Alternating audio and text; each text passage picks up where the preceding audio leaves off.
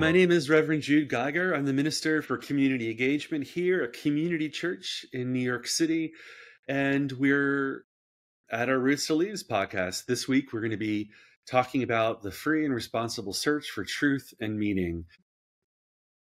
Hello, I'm Brother Zachary. I'm the chaplain for pastoral care. I'm really excited for our conversation today, and our topic is the free and responsible search for truth and meaning. This is one of the principles of Unitarian Universalism, and as a Catholic, I hear this in a very unique way. I think, for us, revelation is not continuing. That is to say, the Bible has been written. The Holy Spirit finished her work. What we're doing now as a church is very much a unique and separate project from, as Catholics would describe it, the work of God in the world. That's not to say that the church isn't the work of God in the world, but that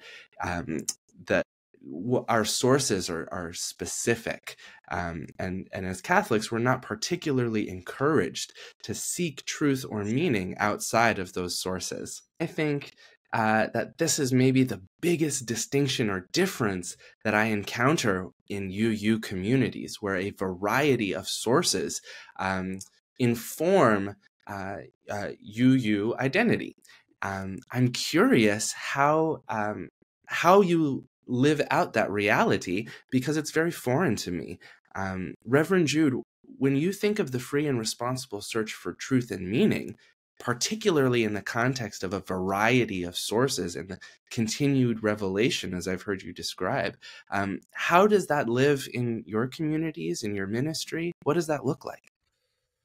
Well, revelation is not sealed, is a starting point in our theology. We're very similar to the United Church of Christ in the sense of God is still speaking.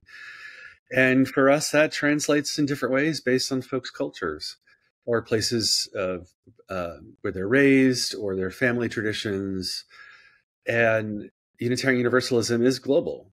And so our context is based on the area it's in and the people who are there.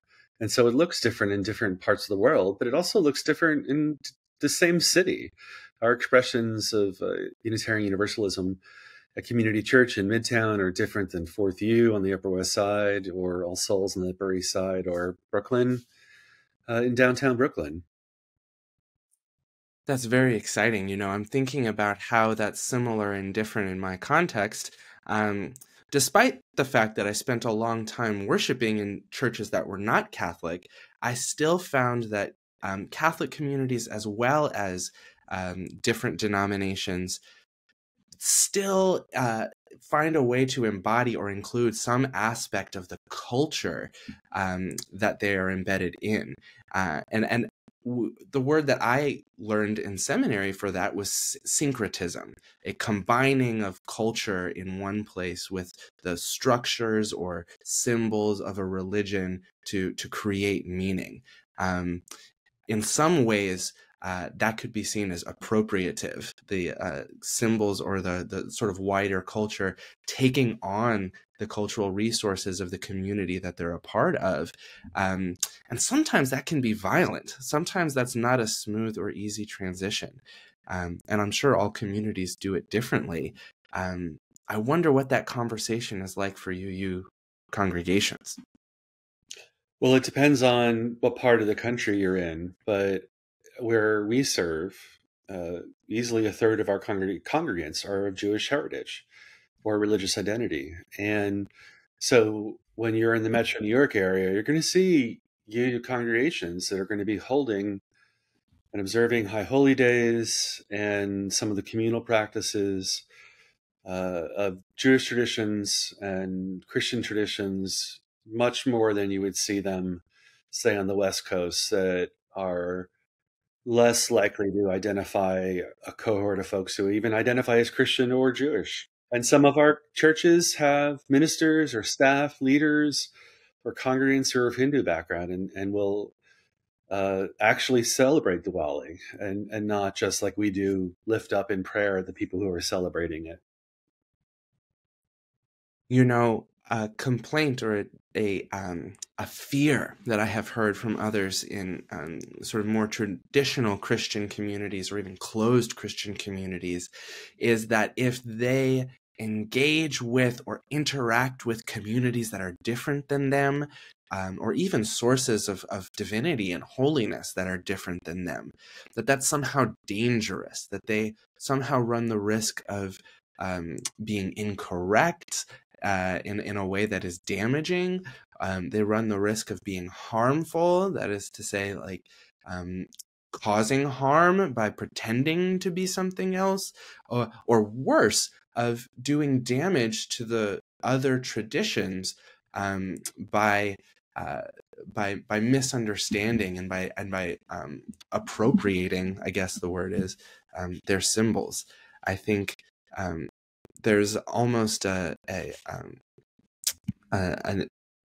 reflexive fear to pull back and hold only to the symbols that we are familiar with for our own safety and the safety of others. Now, that might be a normal, natural instinct, but it also has the effect of siloing us away from each other and prevents us from learning about traditions that are outside of our own. It's an unfortunate experience for me that so many in Catholic communities are woefully ignorant about the similarities and differences they have with folks of other traditions.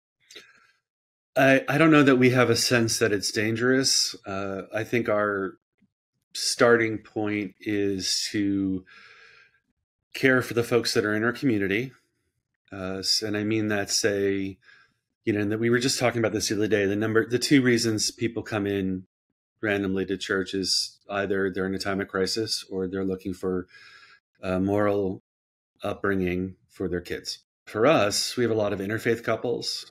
Often they're looking in New York City for a place that's going to raise their kids to respect both traditions of their parents. And so all of our Sunday school programs, religious education, have to educate all of our kids for the breadth of who might be here in New York City.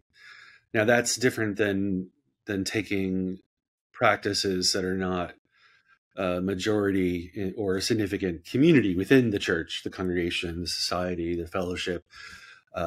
Once you have a critical mass, like in the Christian traditions that are out there, holding a Seder is problematic because of the history of power dynamics around Christian and Jewish folks. And in union circles where a third of the congregation, and maybe the minister is Jewish, they're going to lead the Seders. And I've taken part in Passover Seders my whole life, even before being a minister, because of my friends who are Jewish. And I'll attend a Seder at a congregation as an attendee. And the Jewish leaders will lead the service. That's powerful. And maybe this is obvious, but does that affect your identity as a UU in any way, to participate or to observe or to connect to Jewish services? I would imagine it doesn't. It only amplifies your identity as one who can connect to others. I have gone to so many Shabbat services off my life that I can read out loud the Hebrew words without necessarily knowing what they mean, but I've heard them so many times. Just like in the Catholic tradition, there's so many folks that could recite the Mass in Latin, even though they don't necessarily know what it means. Yes. But the ritual has power for me. Yes, I think it's a additive, but it's also Unitarian Universalism goes back to our covenant with each other, our agreements. And if part of that is your community is expressing one of the sub-communities within New York City, which make up our neighborhoods, you're better in covenant because you're supporting the richness of their experience. I mean, Wow. hospitality, you're being invited in, be decent, like they're just, that's more of the concern. Am I a decent neighbor than there's some threat that you're experiencing Islam or Hinduism or whatever religion is your neighbor. I love that. And that's yet another point of synergy, I think, for both of our traditions. How we care for our neighbor becomes the central focus. And the other aspects of our life as we try to live it almost take a back seat to the need to be a good neighbor and to be a responsible human alongside other responsible humans. Now I'm thinking about some of the more positive experiences of the search for truth and meaning that come out of my community. We didn't talk about this in advance, but on my mind are, let's see, you've talked to me a bit, Reverend Jude, about your experience at St. Francis of Assisi Chapel near Penn Station. I think it's on your walk. Oh, yeah. Yeah. And I happen to love that space very much. There's a sort of a basement walk down to their sanctuary, and they have fewer masses during the day. I think they have only 3 or 4, whereas a lot of the other Catholic churches nearby are almost always full. That St. Francis Chapel has altars all along the walls, and there are often people holding rosary kneeling at those altars. I think one thing that Catholic churches and spaces do well is to simply present our signs and symbols of divinity and invite the community to participate. It's almost the step in between proselytizing and being a participant in someone else's experience. It's in an invitation to the world to seek truth and meaning among us and in our community. That's, I guess, one expression that I think is powerful. I wonder how you hear that as a UU. My first thought is that there might be an opportunity here for us to also consider what symbols lie outside of our tradition that might be presented in that search for truth and meaning as well. Also on my mind is the stained glass conversations that we've been having. These are symbols and signs that come from Christian tradition, but that hold so much emotional tension for our congregants and other UUs. So that is a really interesting point of tension. We're worshiping in community church, an Episcopal space. That's quite beautiful. And for many of our congregants who are used to community church's historic modernist appeal, it is radically different to this local congregation. And for me, it has been a challenge to realize how much of a challenge it's been for our folks, because the church that ordained me was built around the same time by us Unitarians. Brooklyn itself was built by Unitarians looking for a nice suburban church in the rural neighborhoods of Brooklyn when it was built almost 200 years ago. And it looks the same. Yeah. Tiffany stained glass windows. Now the images in the stained glass are different. They're the biblical passages that most of us would feel warm toward. And so to me, coming into the space we're renting from just felt like the church that ordained me. But for others, very, very different experience. That's very interesting. I recognize this is complicated, and I'm not asking you to present the opinions of others who they have their own thoughts, but I'm curious what that tension was, or how you interpret that sense of discomfort that UUs feel when presented with such specifically Christian iconography. And my instinct is that it comes from religious trauma, that it likely comes from the Christian sort of emphasis or assertion that our way is the only way, and UU's appreciation of a broad variety of ways. Yeah, I think that's a good summation for some of our folks. For some of our folks who are coming from a Jewish background, an altar with a cross is a challenge. Yeah. Atheists who don't see the space as our historic heritage, and it's not, because we're guests. It would be a challenge for some of them. Others don't mind at all. Everyone has a different opinion, different place. There are whole generations that are joining our congregations that were not raised in churches. So this is it's just a moot point. It's just not the same issue. Regardless of what their religious beliefs are, they may not have any story of religious trauma because they were unchurched.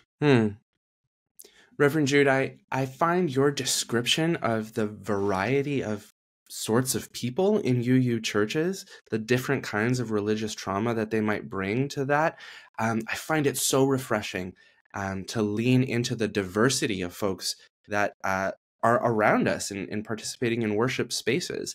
And I wish in some ways that Catholic communities would embrace that diversity in a different way.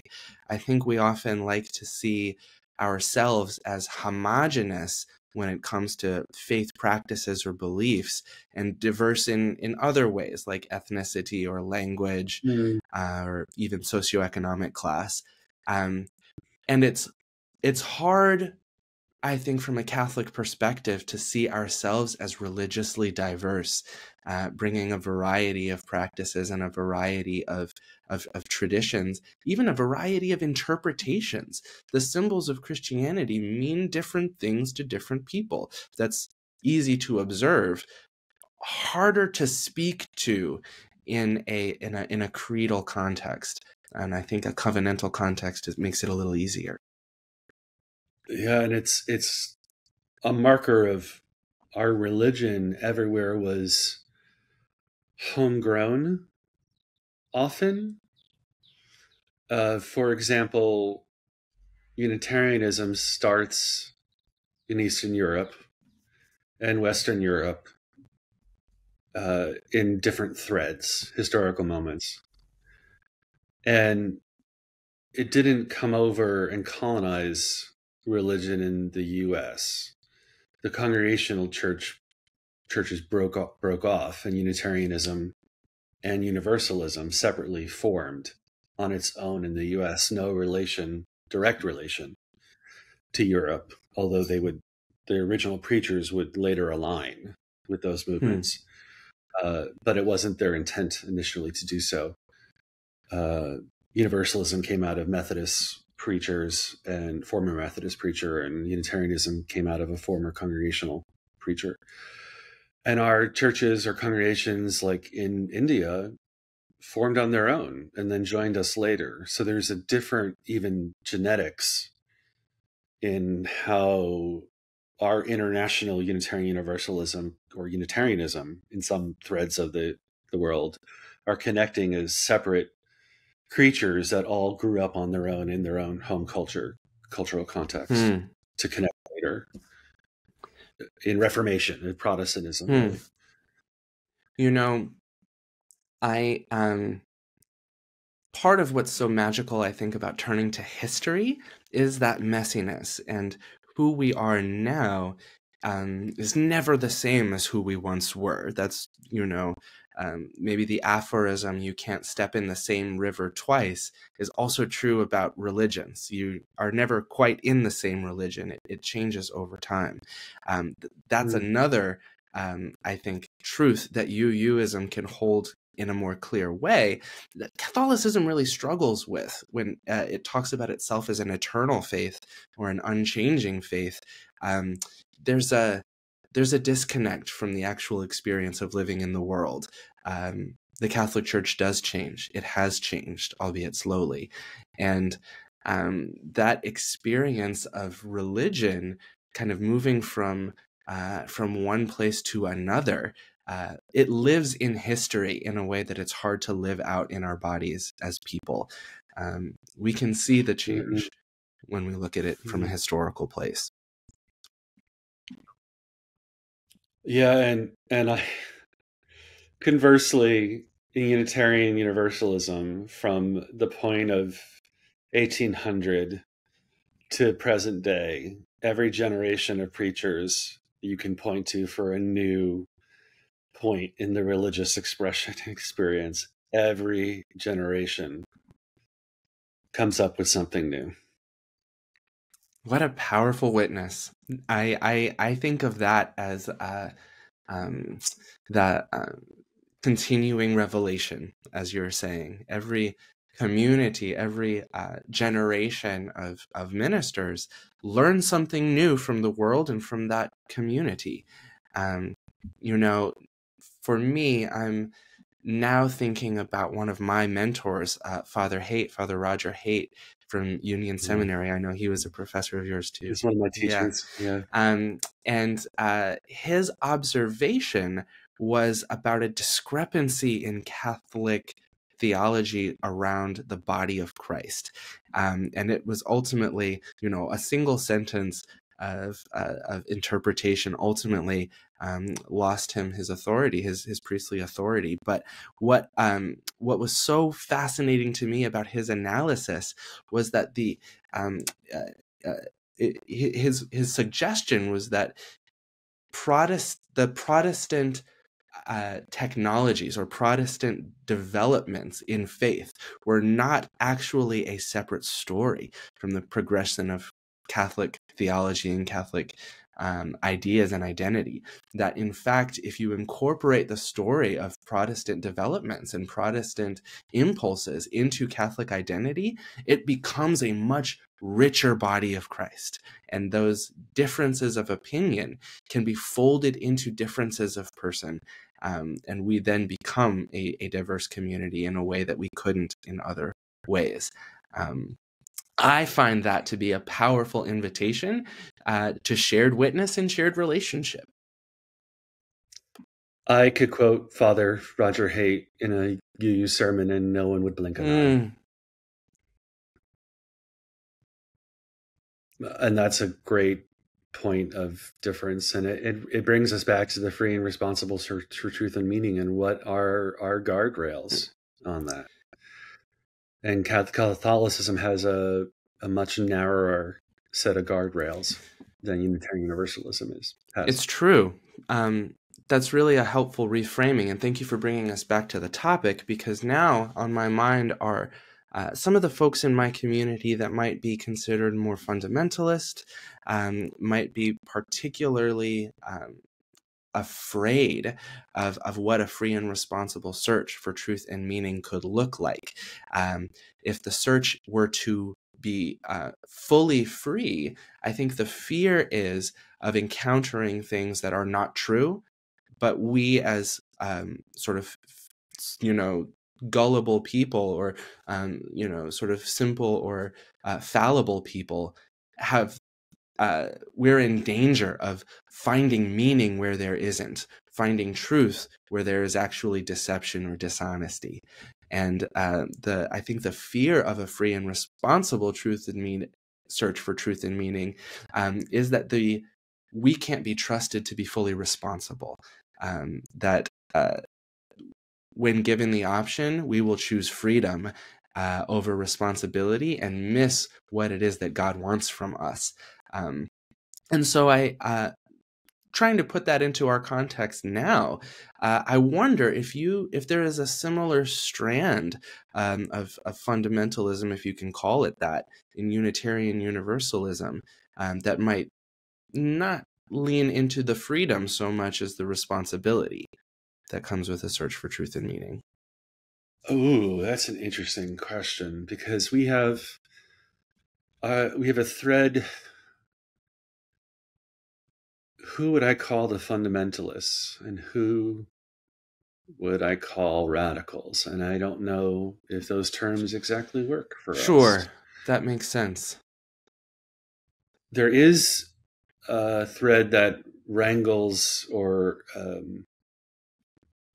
bristles. There's a thread that bristles against any accountability, is the language we would use, that I think would align up with responsibility. And there's a thread that thinks the free search for truth and meaning, because we're going to skip responsible. They're sort of, in this sense, understand liberty to mean what it meant in the 1800s and not what we understand liberty to mean today. And it's a confusion around freedom versus oppression. You're not oppressed for being held accountable for your actions. For example. Uh, Believing whatever you want to believe to the detriment of your community is not freedom, for example. That's anarchy. So we have a thread that bristles against science in our faith. Yeah. And for us, that plays out in questions around the vaccinations. It was really ugly during the pandemic, where a thread of our folks were leaving Unitarian Universalism because the faith was not saying that free and responsible search for truth and meaning meant you get to ignore scientific reality. That's powerful, and how differently that reflects into Catholic communities. You know, I'll admit first, Reverend Jude, when you said that there's a strand in the community that bristles at science, I thought you said signs, as in like miracles or even blessings. We have that too. Yes, we have folks that are do not believe in miracles. Yeah, sure. And the strand of your community that bristles at science, though, I did not expect to find such similarities in our two communities. And, you know, the insistence on God's creativity and God's way often causes folks in Catholic communities not to seek truth or meaning in science or in material reality. The assertion is that the stories we receive in church are more real, more true, and more meaningful than what we could discover in the natural world. What an interesting distinction. I mean, that could lead to all sorts of implications, but part of it to me looks beautiful. There's an interesting way that these communities, I think, can hold truth alongside of one another. And you know this about me, I trust science, and I do trust the method by which we test our world and seek consistent, reliable responses. And I also live in a somewhat magical reality that includes miracles and bears witness to God's actions in the world. That's a difficult tension to hold, and I have a lot of understanding for folks in both communities who struggle with that tension. Yeah, I'm with you. And the reality is that everyone's going to see things differently. And it's okay. Wow. Yes. The reality is we will all see things differently. I think both of our religious traditions can see beauty in that, can lift up what is holy or divine in human diversity and our own human creativity. I think that there's a power here, and I'm almost compelled to be radically transparent and say that for me, I can't change or hide the fact that the Christian story, for me, holds so much truth and meaning. It helps me to see underneath material reality into some of my being and some of my purpose. And it helps me to see the purpose of others and our relationship to each other when I interpret it through the lens of the traditions that I inherited. For me, that is a very powerful symbol, very powerful connection to the past and to others around me that I haven't met who share those traditions. I don't want to lose that. I also am so inspired by what you communities can bring in diversity. And I want to understand a bit more the varieties of who we are. And I love the way that not everyone has to have the same, locate truth and meaning in the same place as I do. And we can still be a religious community doing it together. It's lovely.